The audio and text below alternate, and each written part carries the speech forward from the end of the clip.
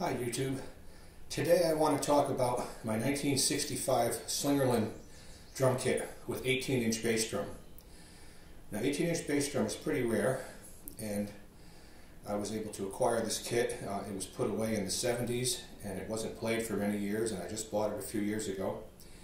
And I did some modifications and I made it into a real nice jazz kit.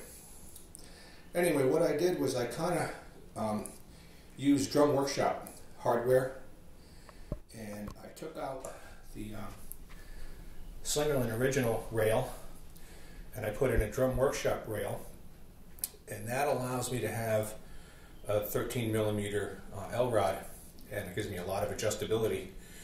And there's another reason, which I'll show you later, why I went with this setup when I get to the tom-tom and on the mounting bracket on the tom-tom. I'll show you that. I went with Drum Workshop bass drum mounted cymbal holders, and this is one that I use for my splash, as you can see. And then I also have one for the ride, and they're very sturdy, and you can see the L rods are 13mm. I had to change the Slingerland spares. By the way, that gizmo you see hanging there, that's a CAD mic holder, which is pretty cool. I have a bunch of those, and they're excellent. And I believe they're Gibraltar spurs. I wanted to put a lift on the drum, so I had to get rid of the original spurs. They were telescoping Slingerland spurs, and they were just too short to raise the drum up to meet the height of the lift. And in a minute I'm going to show you the lift. Hold on a second. Okay, this is the Drum Workshop bass drum lift, and it's pretty cool. It has a track, as you can see, and it has a bracket that slides into the track, and there's an adjustment, and you actually adjust how far in or out the track goes. You can get your pedal as close or as far away from your drum head as you want to. And this is the tongue, and the tongue just unscrews off a post. You can unscrew it, show you, say, and screw it on when you're ready, and that leaves you where you want. Now also, the problem with putting a lift on a bass drum is that the pedal board has to pass through the hoop. So I did just what Drum Workshop does, and I cut away a section of the hoop into a little crescent, and that allows the pedal, when it's installed, the footboard to pass right through. And that gives me my pedal mounted exactly the distance it would be if the bass drum was on the floor and the pedal was mounted to the hoop. The reason for lifting an 18-inch bass drum is because you want your beater to strike almost in the center of the drum for best sound. If your beater's striking way up here, like where that Remo logo is, it really doesn't have the sound. If I shorten the beater rod too short, my pedal doesn't feel correctly for me, because I'm used to playing. I have many kits, and I have bigger bass drums, and I have, you know, beaters set at a standard height that I set them all at. So that's why I went with that. Another thing on this kit you'll notice is that the claws are not Slingerland claws. I guess you can see them if I put it this way.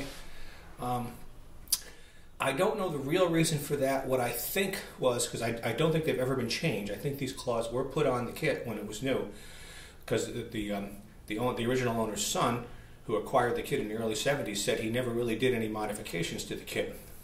I'm told these are premier claws. I believe that maybe the Slingerland, because of the 18-inch bass drum, the hoop has a shorter curve radius, and I believe that the Slingerland claws probably didn't fit very well, so they went with these. Don't forget, Slingerland did not make a lot of 18-inch bass drums. This is a very rare kit for them. But that's the only thing I can think of, and I kept them because they work well and they look good, and I can't see the point in really changing them. Anyway, I'll show you the kit fully set up in a second, so hold on, let me just cut. Okay, so here's the kit fully set up, except for, of course, I left the ride cymbal and splash cymbal off. And you've got an 8x12 high tom and a 14x14 floor tom, which is also a pretty rare size for the day. Most of them were 16x16. And over there in the background you have an artist model snare drum, which is just awesome. It's a single ply shell, I believe, and it's a beautiful sounding drum. Slingerland made some excellent drums. The hoops on these drums are are brass with chrome over them, and they're very, very thick, and they sound really good. They have the drums have a very, very full sound because of the hoops that they use, because of the weight of the hoops. And now you can see why I went with the 13mm L-rod, because I'm using the Ludwig Atlas mount on the tom-tom. I took off the other mount. Now the advantages to using a mount like this is that you have the other isolation mounts, which have the band that goes around the drum, you know, and goes through the lugs. And then you have this Ludwig Atlas mount, which just replaces a lug, and you don't have to drill any holes in the drum. It fits in the stand, and any hole, it adjusts to fit any hole pattern of any lug. And it has isolation qualities because it's mounted in rubber, and the drum is isolated. And the drum actually sounds better when it's like that. So this drum actually sounds better than it did with the stock spade type holder on it. So it's an improvement.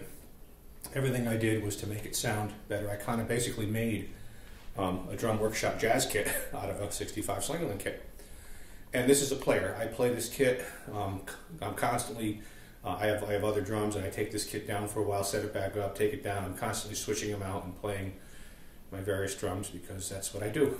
And so anyway, I just thought that I would give you a little show of what I have come up with, and I hope that you guys all like your antique drums as much as I like mine. I have the original strainer on there, Zumatic strainer, I believe they called it, and that's a pretty neat little strainer. A nice little adjusting knob on the side to, you know, tighten and loosen the snares. I'm using Gibraltar flat bass stands, which I use with my vintage kits because they look vintage, and yet they have a lot of sturdiness of a modern stand, so I like them. And that's basically it. You can see how high the bass drum is off the ground if I go down here. Anyway, you'll see I have some other videos of me playing this kit, and you can check them out and watch them if you like. And that's basically it. I'm going to go finish setting up my drums and play them now, so I'll talk to you later.